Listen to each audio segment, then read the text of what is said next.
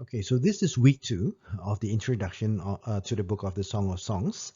And these 2 week sessions are really foundational to how we understand the book of the Song of Songs. In this week, I am going to talk about the characters that we can identify within the book, and we shall identify who the characters are, what roles they play within the narrative of the song itself, and how they understanding their identity and their roles will help us to understand the song as a whole. Right, so as a reminder, I've talked about this last week also briefly. This is the structure that we will be building into, right, in the weeks to come when we look and when we dive deeper into each of the chapters and each of the verses. Um, I would suggest that there are three movements in the song, right? Like any modern song, they will have stanzas and choruses. So in the Song of Songs, there are three movements. And movement number one is chapter 1 and 2, and it is about courtship and the desire of marriage. Movement number two takes place within the setting of a dream and also a nightmare, actually. And so the movement number two is anxiety expressed through dreams and nightmare. And then movement number three is, which is chapters 7 to 8, is the decision for marriage. And within each of those movements, we see this same statement being repeated 3 times. And this is how I actually identify each of these movements. And the statement in chapter 2, verse 7, chapter 3, verse 5, and in chapter 8, verse 4 says this: Daughters of Jerusalem, right, do not arouse or awaken love until it so desires. And this is what we will be building the song, the structure with which we will be building the song into. All right, now, so this week we will identify the characters within the song, and I would posit that in order to do that, we need to look at the overall theme of the song, what the song is about. Okay, so first, the most obvious observation is that this is a love song. In fact, by looking at the title Song of Songs, we can rightly dub this the greatest song or the greatest love song of all time. However, I think we need to go and be a little bit more specific. What kind of love song is it? Because, like, for example, if we look at, oh, this is an action movie, but what kind of action movie? Let's say we say, oh, this is a superhero movie. Then, by saying that this is a superhero movie, we will begin to try to identify, okay, who are the superheroes? Who are the supporting characters of the movie? And who are the supervillains within that movie? And so everything will begin to make sense once we place this into its actual context. What kind of song is it? Okay, it's a love song. And what kind of love song is it?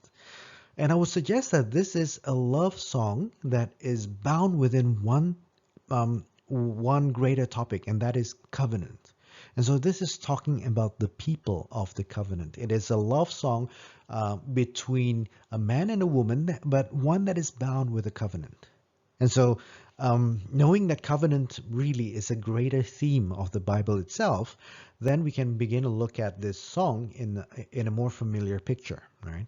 And firstly, I want to suggest that if you look into the song, there is this centrality to the city of Jerusalem. Everywhere in the book, you will see Jerusalem being described. Okay, so a few things, right? First, the reliable friends of the girl are dubbed almost always as the daughters of Jerusalem. Chapter 1, verse 5 to 7, 3:5, 3:10, 5:8, 5:16, and chapter 8, verse 4. Or once as the daughters of Zion. And so those two terms, Jerusalem, Zion, brings into this realization that this is really the covenant community that is tasked at living righteously before God. That this is the covenant community that God places in the world as his chosen nation and holy priesthood. Okay, that's number one. Number two, we can the boy also similarly takes this covenant people theme. So the boy is exalted or idealized as this Solomon or Solomonic figure. And this is most vivid in chapter 3, verses 7 to 11. Okay, maybe I need to put this as a side note. If we note that this Song of Songs is actually written by Solomon, so I think this is a necessary side note. And that is that Solomon didn't write this to be narcissistic about himself. He did not just place himself into the song and then idealize his own figure, and then praise himself in that song. I don't think that is his main intent or purpose. I think rather that Solomon is actually self-aware of his role within God's covenant community. And that is that he is actually the son of David. He is the promised son of the covenant. He is the covenant keeper. His line will be the one through whom the Messiah will ultimately come, the savior of God's people. Right? And therefore, he places himself into the song as the promised son of the covenant. And that is why Solomon here takes on a very lofty figure. It becomes idealized. And I think not because he is narcissistic, but actually more because he is self-aware. But again, the fact that Solomon is being placed into this song, I think testifies how this song is really about God's covenant.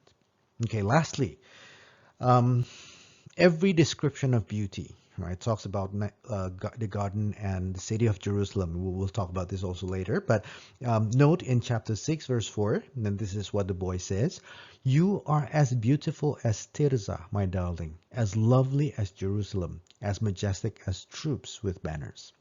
All right, so again, the loveliness being described as the city of Jerusalem, the very centric city, the capital of the United Kingdom of Israel.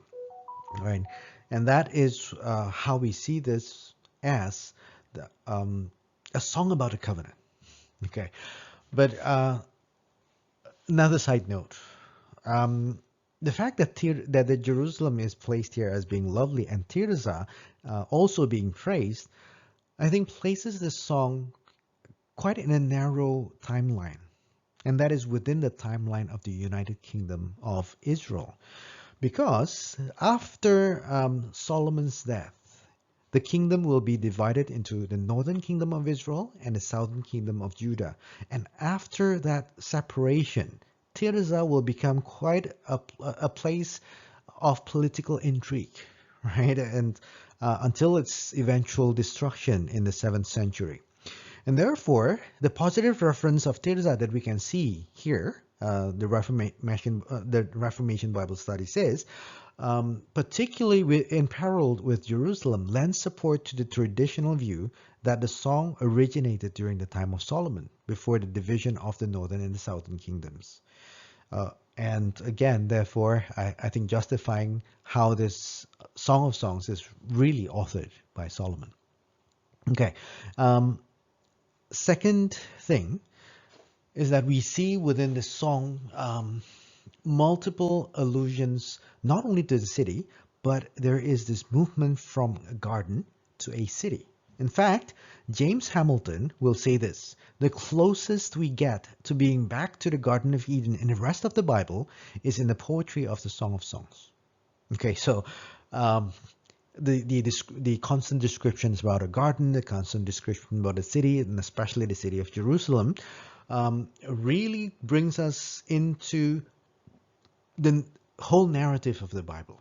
Because I want you to see how Genesis begins in the Garden of Eden and Revelation ends with the city of the New Jerusalem, right? And both of this has a common theme.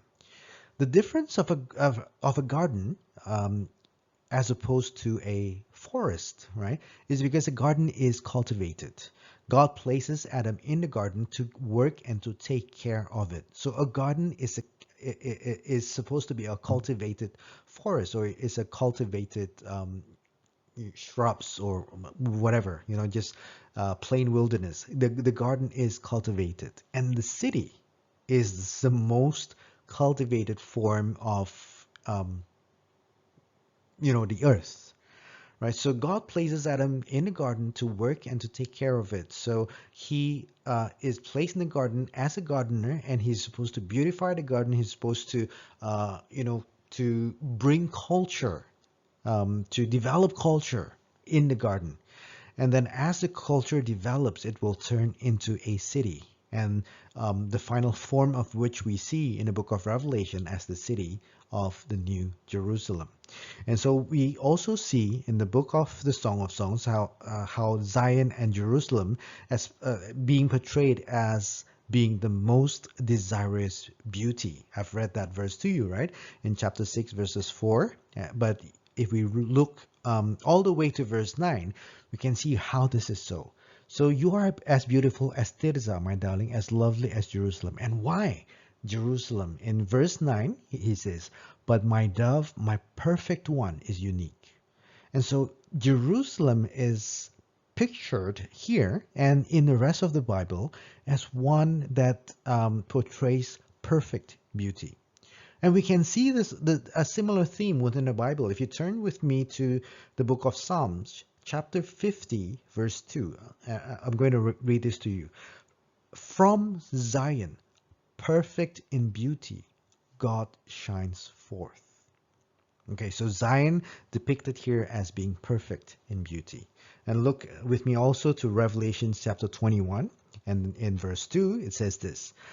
And this is John speaking, right? I saw the holy city, the new Jerusalem, coming down out of heaven from God, prepared as a bride beautifully dressed for her husband. What is this talking about? This is talking about the church, but again, it is pictured as Jerusalem. In fact, the new Jerusalem, perfect in beauty and descending from heaven.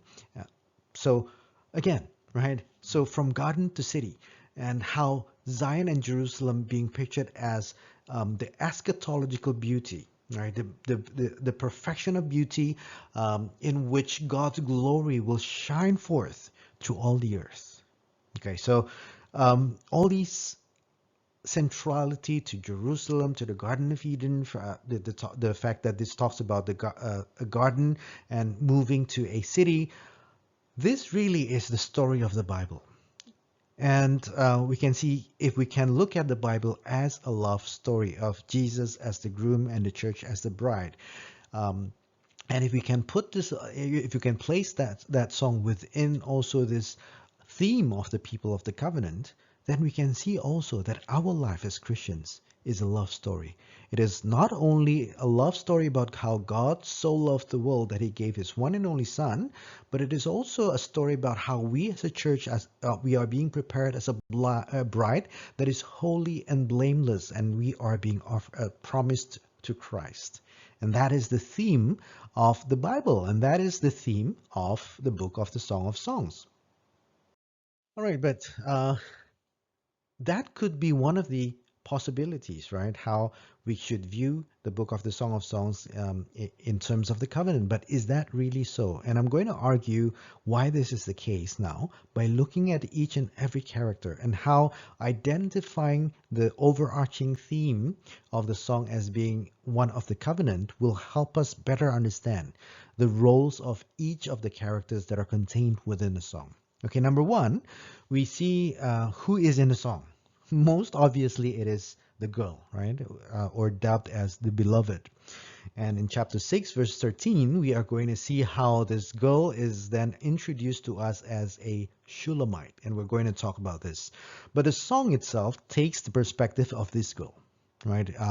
It is the girl's emotions that are being portrayed. It is the girl's worry and fears that are being explored into in chapters 3 to 6. And so everything is about the girl. She is the perspective from which the song is written and presented to us. The girl herself is pictured as an ordinary peasant girl who was made to work at the fields, and therefore she said she is dark but lovely. She is beautiful, but with darkened complexion due to her labors. And so one of the ways in which some theologians have tried to decipher this is by looking into, okay, who are the nations within the ancient Near East in which girls have dark complexions? But I think once again that trying to look into the song this way, or trying to find the literal identity of the girl, is a mistake, because the girl is really symbolic, right? And why is this so? This is what I'm going to argue. The term itself, Shulamite, in which we find in chapter 3, verse 13, right? And I'm going to read this again. So in Song of Songs, chapter 6, verse 13. Right, this is the only place in which the girls actually identified. And it is by when the friend and also the boy talks to her, right? The friend say this, come back, O Shulamite. Come back, that we may gaze on you. And the boy then says, why would you gaze on the Shulamite as on the dance of Mahanaim? Right? So this is where we understand that the girl is a Shulamite. And so people have been asking this, okay, what is a Shulamite? Right? And most obviously, it sounds like it is a place. And so they begin to try to ask, okay, where is Shulam? Right? So Shulamite, Shulam, where is Shulam? Because it cannot be found in the Bible. And even when we look archaeologically in the places of the ancient Near East, we cannot find the city of Shulam. But we find in the Bible Shunammite, and therefore some have said, okay, maybe this is Shunammite. But I think that is a wrong observation. It is purposeful or intentionally differentiated from Shunammite, and it is different. It is Shulam. It is not Shunam, right? But we can understand this better if we look into the word itself. If you are familiar with Hebrew, you can find how the Hebrew for Shulamite is actually very similar to the Hebrew of Shalomo or Solomon. And theologians have identified that this is the female counterpart of Solomon.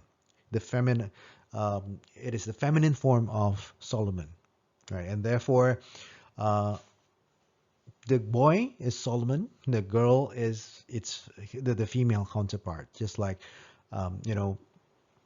what we find in Genesis of how Adam named his wife Eve because she was taken out of the man, right? And therefore, the girl also bears the name, bears Solomon's name, although it's in its feminine form. But also, Shulamite is a derivative of the word shalom, right? And therefore also sharing with the same word or the same root word with the city of Jerusalem. Okay, again, observing that the whole book itself is actually Jerusalem centered. We can find how it is quite likely that Shulamite has to do also with Jerusalem. Thirdly, we can also see how, I think almost intentionally, all of the cities of Israel, a lot of the cities of Israel are placed into the song.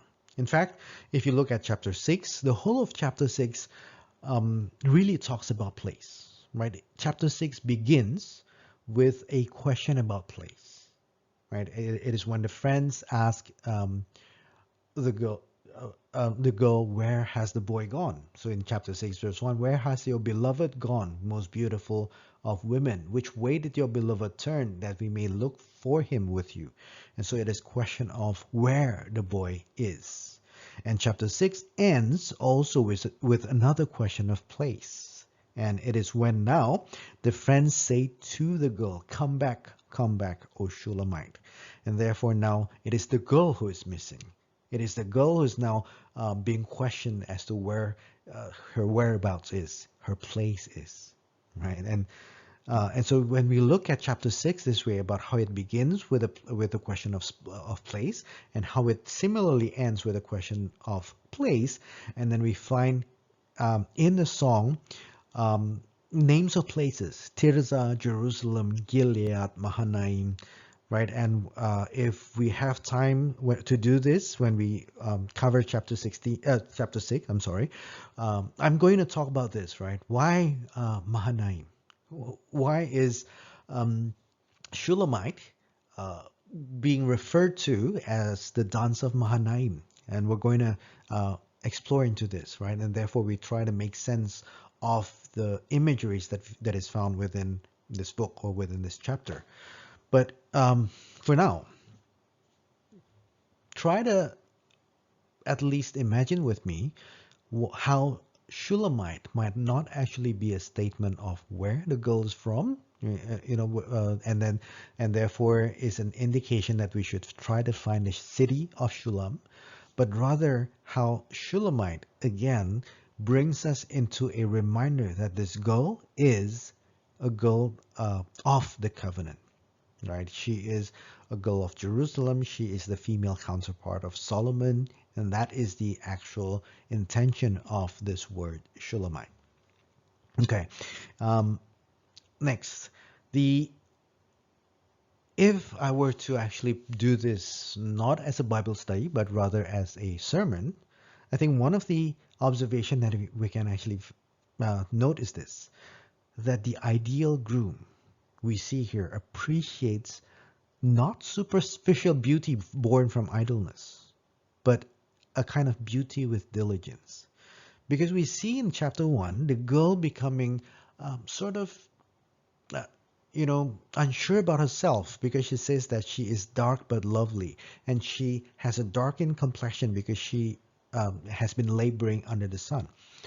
Right? So the groom or the boy sees that as being beautiful. The daughters of Jerusalem sees that as being beautiful because they know and they understand that we as human beings, we are created to work, right? We're not created to be idle. And a kind of beauty that can only come from a secluded life, a protected life, one of, in modern times, what we call, okay, the rich girl who only knows how to mani-pedi all the time and never really working.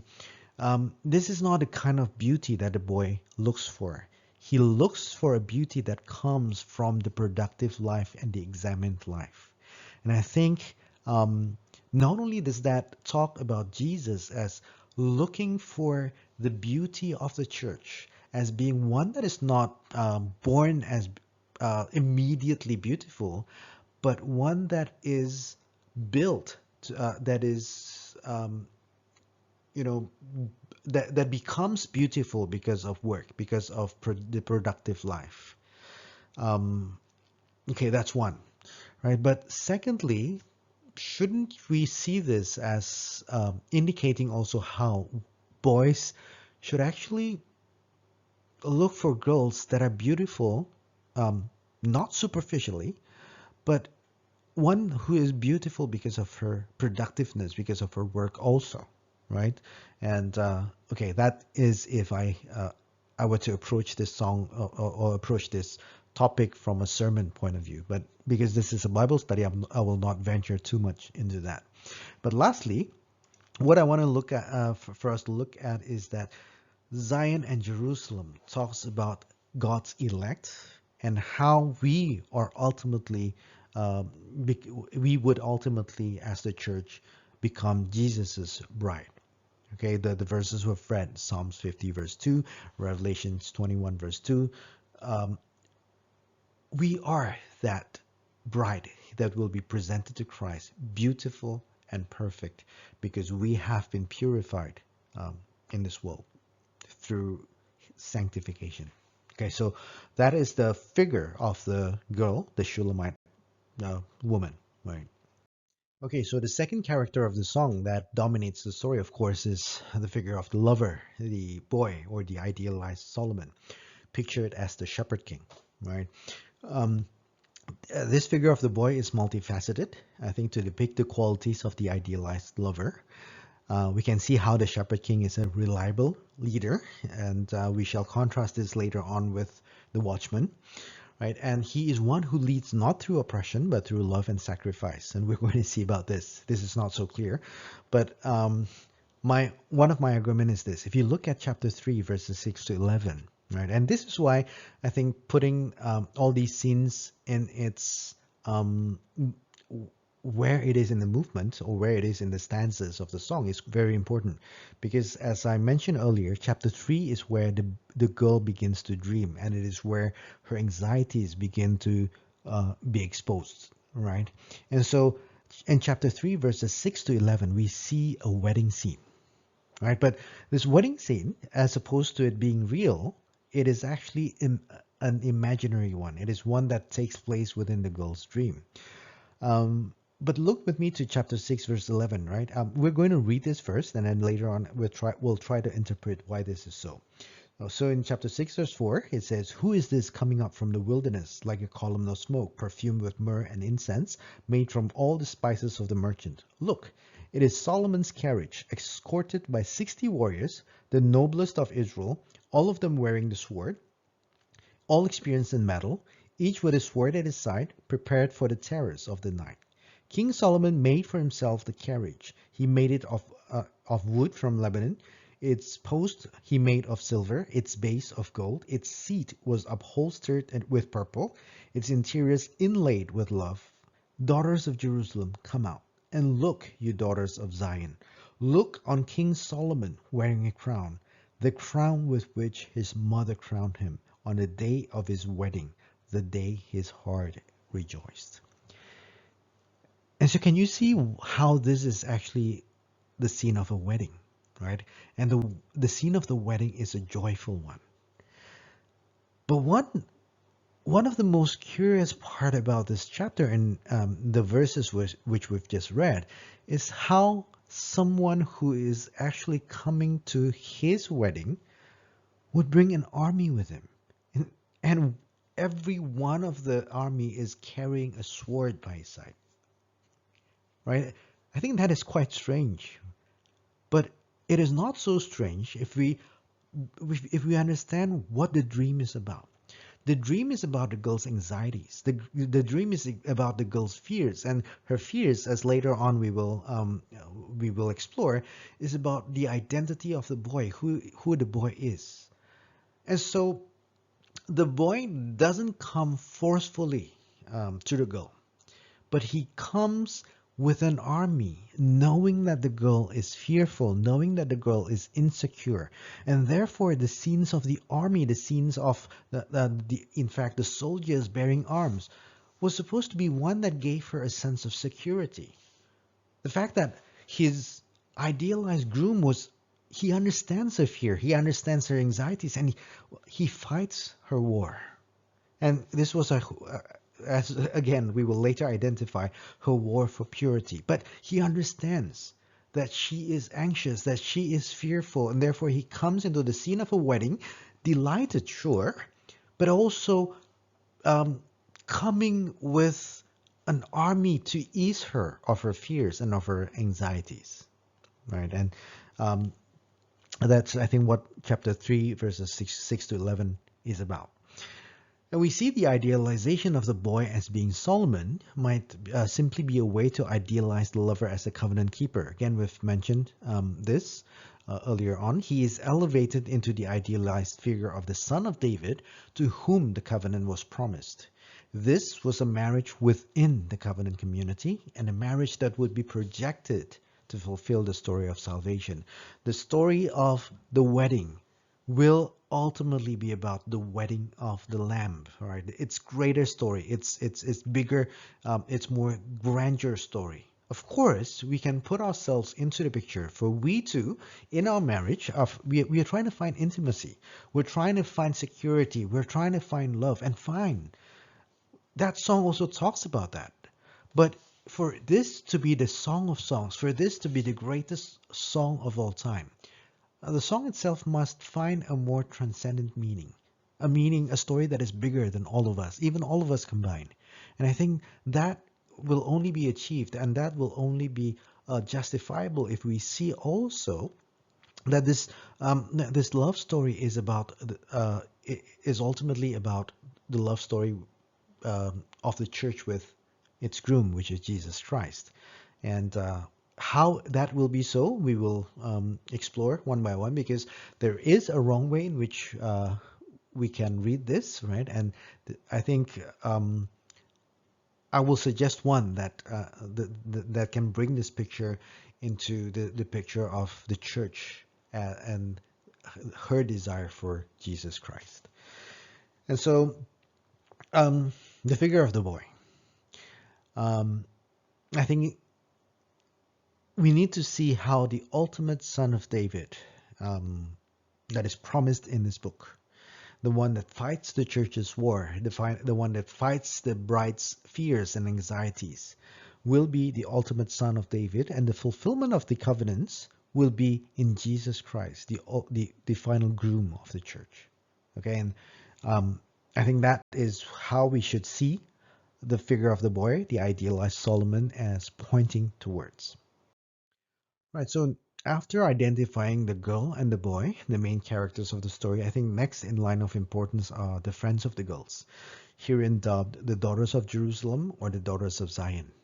And these were the girl's supportive friends in the covenant community who are really always there for her.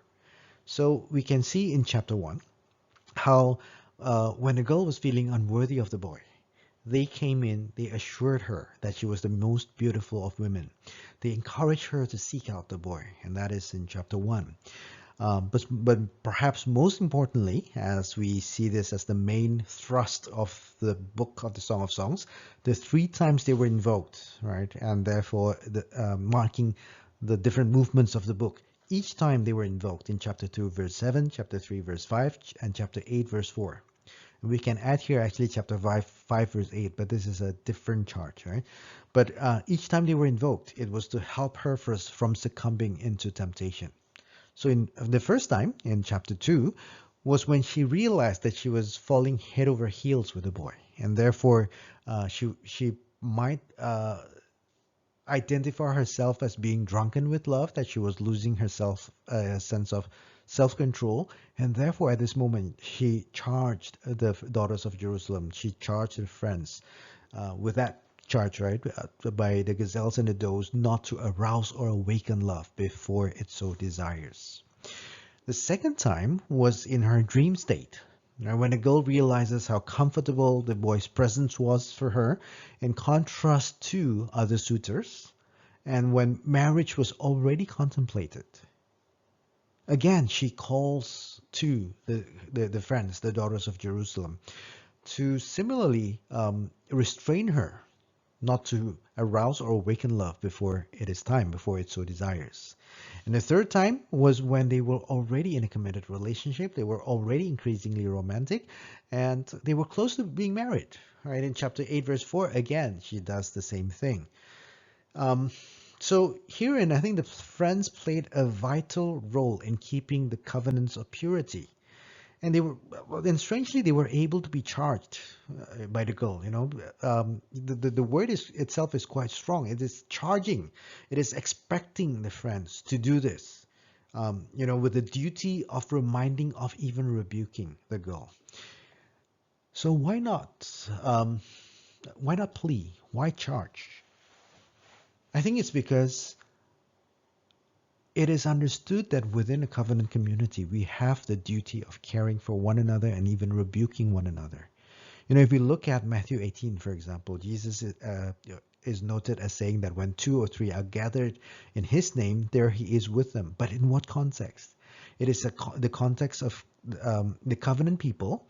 And in that context, it says that when you see your brother or your sister sin, we as the covenant people of God, we have the duty to remind one another and even to rebuke one another when we see them as falling into sin or being close of sinning. We are there to remind them, and when they slip and fall, we are there even charged with rebuking them. And therefore, I think the girl here is rightly charging the daughters of Jerusalem, because this is a covenant community. They were in a committed relationship to remind one another to keep this purity.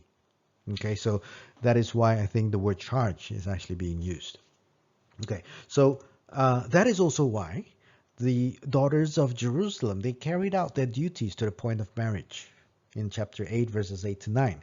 And they became witnesses at the boy and the girl's wedding. In chapter 8, verse 13, the boy is noted as saying this: "You who dwell in the gardens with friends in attendance, let me hear your voice." And then she says, "Come away, my beloved, and be like a gazelle or like a young stag on the spice-laden mountains." And when they were about to get married, the boy also calls the girls. They were becoming witnesses at the boy and the girl's wedding. And so the duty of the covenant community is all the way to consummation.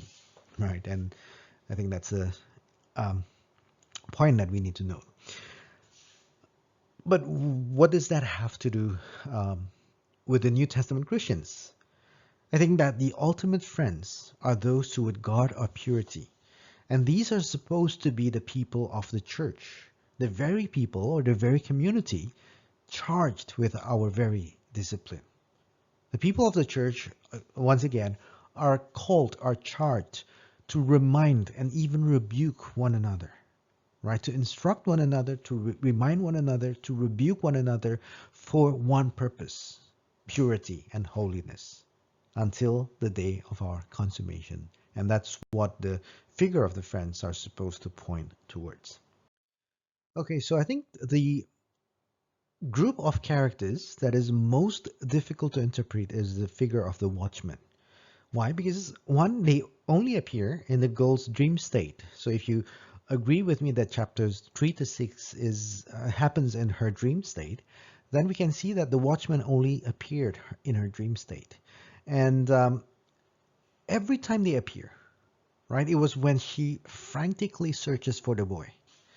And therefore, I think they were most probably simulated figures that personify the girl's anxieties. They were the personification of the girl's anxieties and worry, right? So they could also be the boy's probable simulated character, as the girl was still figuring out his true character and intent.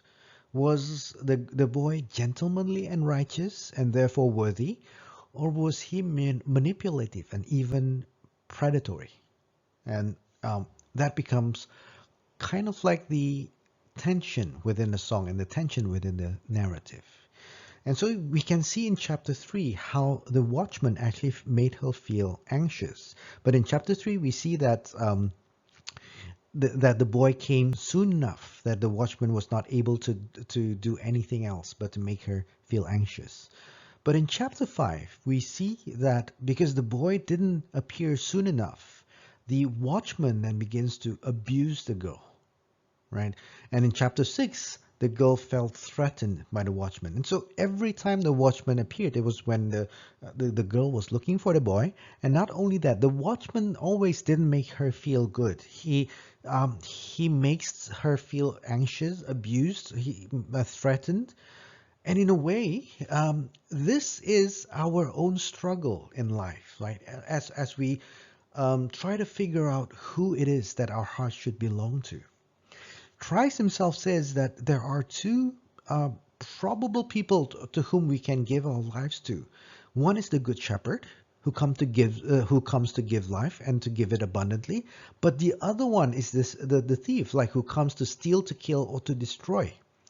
And therefore, I think the watchman takes the form of this false Christ, false Savior, right? So the girl was still trying to figure out, okay, I'll look at this boy. The boy looks like the boy of my dream, but is he truly? Is he righteous? Is he really gentlemanly? Is he really worthy? Or is that all, fake? Is he really manipulative? Is he really a predator? And this is an important question for us to put into the scene, right? Not because the boy could be, or not because Jesus could be manipulative or predatory. Because it is not possible for Christ to come to steal or to kill or to destroy. He only comes to give life and to give it abundantly. But as 2 Corinthians chapter 11 verse 4 says, that it is possible for there to be a different Jesus, a different gospel, a different spirit. Same name, Jesus, and we think that that is the Jesus of the Bible, but it is not. We think that it is the gospel, but it is not. But we put up with it. And so within the dream itself, the watchman comes to test the understanding of the girl, to test the girl's knowledge of the boy, whether she truly understands him, or whether the boy that she desires is really someone who in fact is the thief who comes to steal, to kill, or to destroy, whether the boy is really a different son of David, a different Messiah, or if we call it in the New Testament, a different Jesus. And so Um, this is the reason the watchman comes into the picture only in a dream, because this is a simulated figure. The girl, like we all do, need to test our own understanding of who God is, and whether our understanding of God is really as He is, the perfect, the perfect groom who desires the best for us, the perfect God who desires our salvation, or are we actually painting pictures and putting that as our imagined God, imagined Messiah? And so it is not that Jesus could be a false Christ, but it is our own understanding that could be the problem. We could be worshiping a false Christ. We could be worshiping a different God. And therefore, it is we who must understand now, who must, clarify and correct our knowledge of who it is that we are really looking for, who it is that we are desiring, who it is that we are worshiping, and who it is that we are looking towards for the final consummation. And that, I think, is most vividly personified in the figure of the watchman. All right, lastly, there is the mothers. And you might be curious that only mothers are ever mentioned in the song, never the fathers. But if we again look into the song in the overall theme of the covenant, then it is probable that only mothers are mentioned because the intent is to refer to the line of the woman, as mentioned in Genesis 3, verse 15, right? And therefore, both sides' mothers are mentioned. This is supposed to be the line of the woman, the seed of the woman, who it is that, who again, through whom the Messiah will come. And so in chapter 3 verse 4 we see how the girl sees bringing the boy into the mother's house as a place of security. Of course, not to say that this becomes a matriarchal family, in which the boy marries into the girl's family, no, but how the mother's house is a place of security because they were not yet married and she is still under the mother's authority, and therefore bringing the boy into the mother's house gives her a sense of security because that is where she will know what can be done or what cannot be done, right? And in chapter 3, verse 11, we see the girl imagining that the mother of the boy is preparing for the day of the wedding. And the day of the wedding is now described as a day of victory and delight. Again, um, giving us this picture of the wedding day of the Lamb, right? Of the consummation of our faith. And in chapter 8, verse 2, we see that when contemplating marriage, the girl brings the boy again into the mother's house. And I see it this time as so as to abide by her teachings. And in chapter 3, verse 5b, we see the girl recognizing the role of the boy's mother in bringing him forth. And thus, if we look similarly, a lot of the important figures of the Bible comes from righteous parents. How Jesus comes from righteous Joseph, righteous Mary. Similarly, John the Baptist comes from a very righteous parents. And so the girl recognizing the role of the boy's mother in bringing him forth, and also in making him the boy that he is, the perfect boy that he is. And therefore, lastly, this figure, the mothers, I think also ties together the story as the story of salvation, about how the Messiah, the groom of the church, will ultimately come as the seed of the woman. Okay, so those are the characters that we can find in the story of the Song of Songs. All right, so we are done with our introductory sessions. I hope that the past two sessions have given us sufficient background knowledge for us to be able to dive further into the book and then look into the chapters one by one and see the deeper meaning in the song, right? But I want to close with this, that I think for the Song of Songs, once again, to be the greatest song of all time, it needs to give us a transcendent story that is greater than even our love lives, important though it may be. And James Hamilton says that there are three aspects of the song that point us to Christ. its setting of a garden and a city, right? And we see how it is continuously depicted in the song. Secondly, its plot of the pursuit and the consummation of love. And lastly, its hero, the idealized Solomon and the son of the covenant. And so I hope that by looking at the song this way, we can see how our life as Christians is also a love life. It is one that is supposed to make us grow in our desire of God and of Jesus Christ, so that when we finally reach our consummation, we shall be ultimately as we shall be so exceedingly satisfied by Him, right? And that is why in the Westminster Confession of Faith, the chief end of man is to glorify God and to enjoy Him forever. And I think the Song of Songs teaches really how to desire God and how to be satisfied in Him. God bless. All right, now, so this week we will identify the characters within the song, and I would posit that in order to do that, we need to look at the overall theme of the song, what the song is about.